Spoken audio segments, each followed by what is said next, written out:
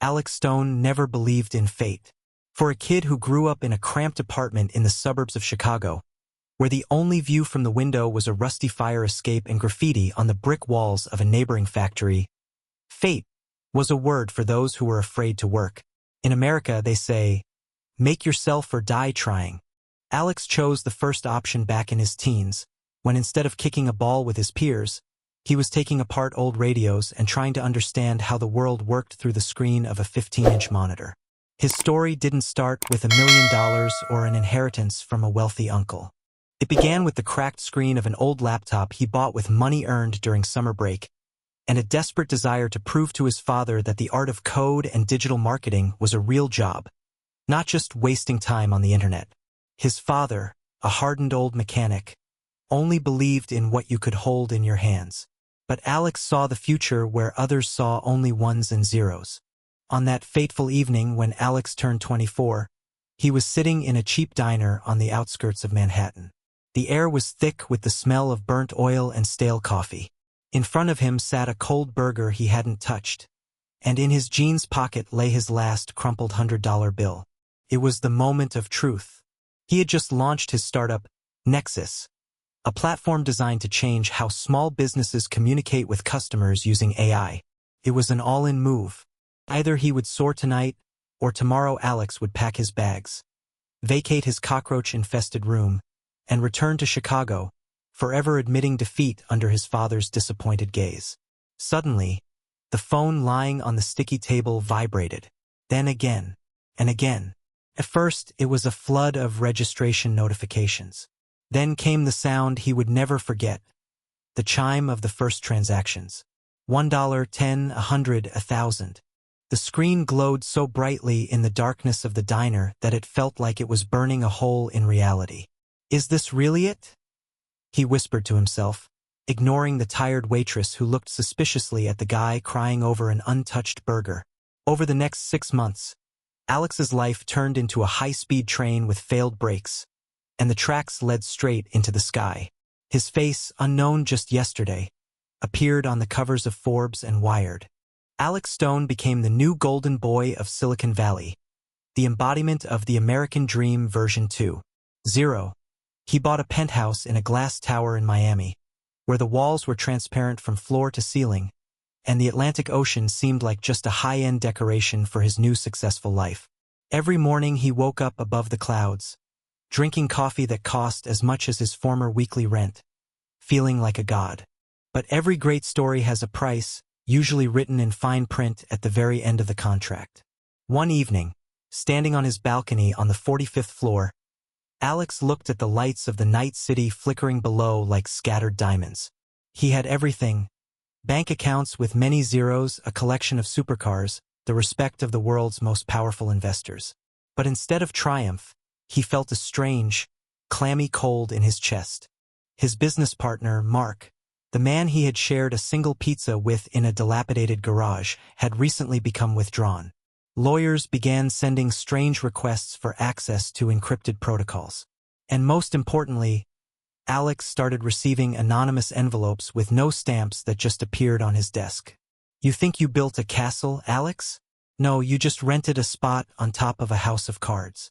The wind has already started to blow. The letters had no sender, only a faint scent of expensive perfume and the haunting feeling that every breath he took was being watched through the lenses of hidden cameras. Alex realized he had become too big too fast. Someone very influential in financial circles didn't want a kid from nowhere owning a market they had considered their private territory for decades. One morning, as the sun began to rise over the ocean, he was woken not by the soft light of an alarm clock, but by a loud, authoritative knock on the heavy oak door. It wasn't journalists waiting for an interview or friends from a party. It was men in perfectly pressed dark suits with federal badges gleaming in the morning rays. Mr. Stone, FBI, you are being detained for questioning in a case of large-scale financial manipulation and industrial espionage involving your company. Alex's world began to crumble faster than it was built. Within an hour, Mark vanished from all radars, his phone turned off. The Nexus servers were blocked by court order. All those best friends, who just yesterday swore eternal loyalty, and drank $3,000 champagne with him today didn't just ignore his calls.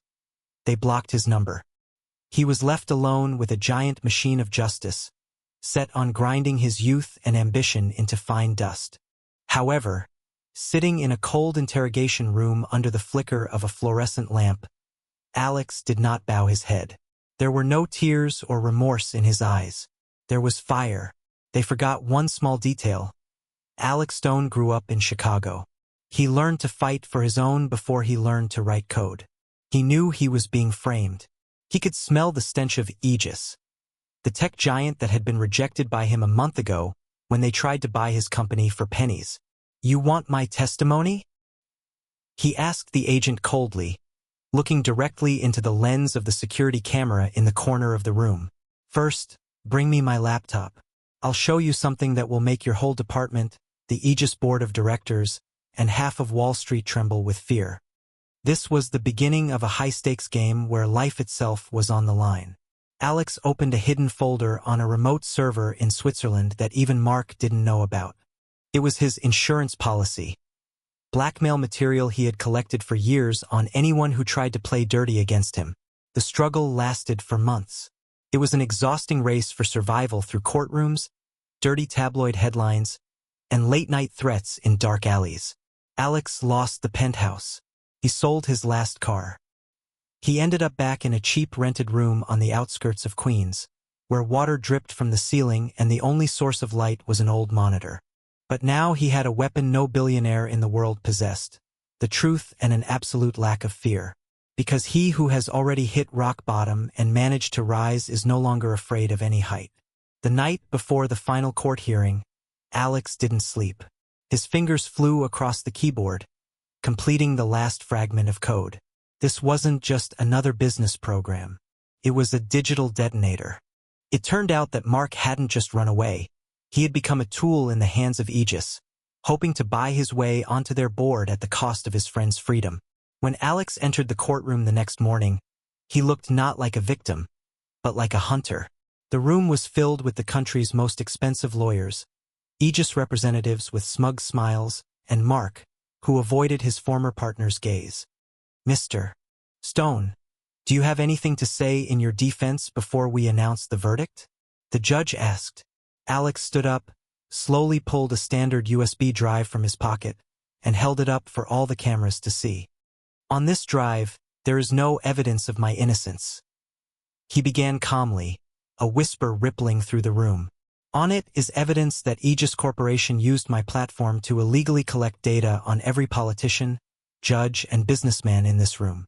Mark helped them create a backdoor. And if you try to sentence me now, this code will automatically publish all those archives to the web."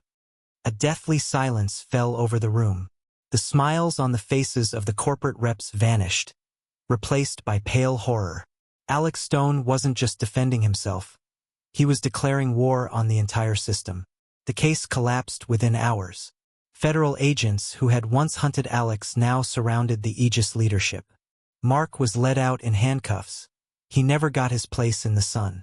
Alex Stone walked out onto the court steps under the flashes of hundreds of cameras. Journalists shouted, trying to get a comment. But he didn't stop. He got into a regular taxi and headed toward the airport. His bank account was empty. His name was synonymous with scandal, but he felt freer than ever. A year later, in a small garage somewhere in San Francisco, a light flickered on. On the table lay a new laptop. Alex opened a blank file and began writing the first line of code for something entirely new. This time he knew. True power isn't in money or skyscrapers. True power is in remaining yourself when the whole world wants to turn you into someone else. Alex Stone was back. And this time he wasn't going to play by their rules. He was going to create his own.